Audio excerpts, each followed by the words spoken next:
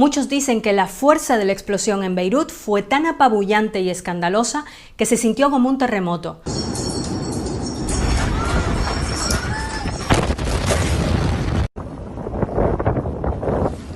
Aún no se conocen los detalles del origen del par de explosiones que causaron al menos 100 muertos, miles de heridos y cientos de edificios destruidos en la capital del Líbano. Pero el devastador estallido ha dejado en shock a un país que atraviesa una crisis económica, social y sanitaria sin precedentes.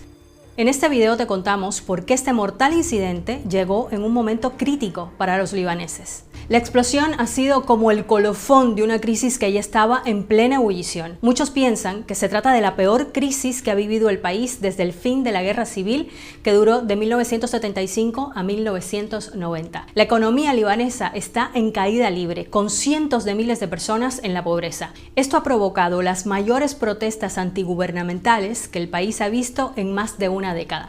Tres datos. Casi la mitad de su población, el 45%, vive por debajo del umbral de la pobreza. El desempleo supera el 25%. Tiene una deuda de más de 90.000 millones de dólares, que es casi el 170% de su PIB, es decir, de lo que produce. Esto convierte al Líbano en uno de los países con el índice de deuda más alto de todo el mundo. Por lo que en marzo anunció que incumpliría con el pago de sus deudas por primera vez en su historia. Uno de los factores principales de la debacle económica ha sido la crisis por la guerra en su vecino Siria. Según el Banco Mundial, citando a fuentes dentro y fuera del Líbano, hasta 1.5 millones de sirios, aproximadamente una cuarta parte de la población libanesa, se han refugiado en el Líbano desde que estalló el conflicto en marzo de 2011.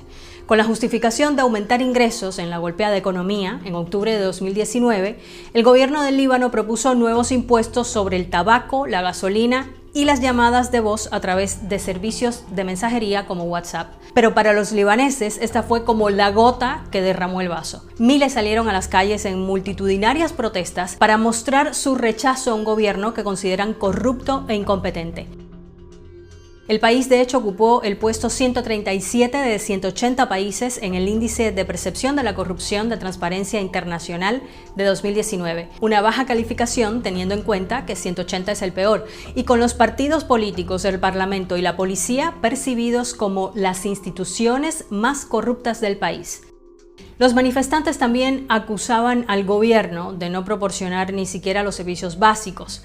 En el Líbano tienen que lidiar con cortes de energía diarios, falta de agua potable, atención médica pública bastante limitada y algunas de las peores conexiones a Internet del mundo. Así, las protestas pidiendo cambios estructurales en el Líbano forzaron la renuncia del entonces primer ministro Saad Hariri bajo la fuerte presión de las calles. Aunque esta no fue una solución ni tampoco el fin de las protestas.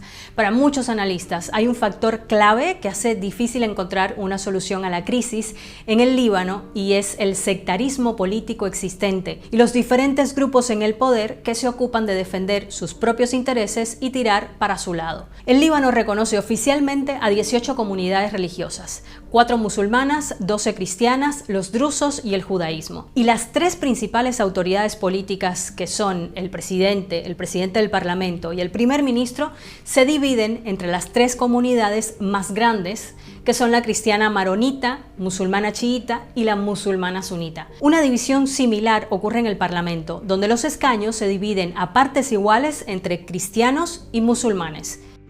Pero además el país también ha sido blanco fácil de interferencia de poderes externos. Un ejemplo de esto es el respaldo de Irán al movimiento chiita de Hezbollah, ampliamente considerado como el grupo militar y político más poderoso del Líbano. Así, el panorama ya se presentaba difícil a inicios de 2020, que mostraba un camino cuesta arriba para el Líbano, cuando entonces llegó la pandemia del coronavirus. Si bien el país no se encuentra entre los países de momento más afectados por la pandemia, la cuarentena impuesta para frenar el aumento de casos, como en el resto del mundo, agravó aún más la crisis económica y dejó aún más en evidencia las deficiencias del sistema de bienestar social del Líbano. El desempleo, la inflación y la pobreza siguieron siguieron un ascenso en espiral. Muchos negocios se vieron obligados a despedir al personal o ponerlos en licencia sin sueldo. Y con la subida de precios, muchas familias no pudieron comprar ni siquiera las necesidades básicas. El precio de los alimentos se duplicó en algunos casos y el actual primer ministro Hassan Diab alertó de una grave crisis alimentaria.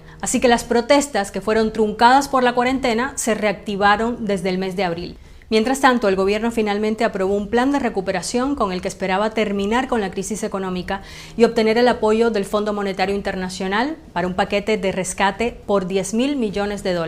Pero ahora muchos creen que la explosión en el puerto de Beirut, clave para su frágil economía y para su abastecimiento, solo pone más difícil el camino a una posible recuperación. Bueno, y si quieres saber más sobre las explosiones en el Líbano, te recomendamos ir a bbcmundo.com. Ahí tenemos varias notas para que sigas nuestra cobertura. Gracias por llegar hasta aquí. Por favor, comparte este video, suscríbete y nos vemos la próxima. Chao.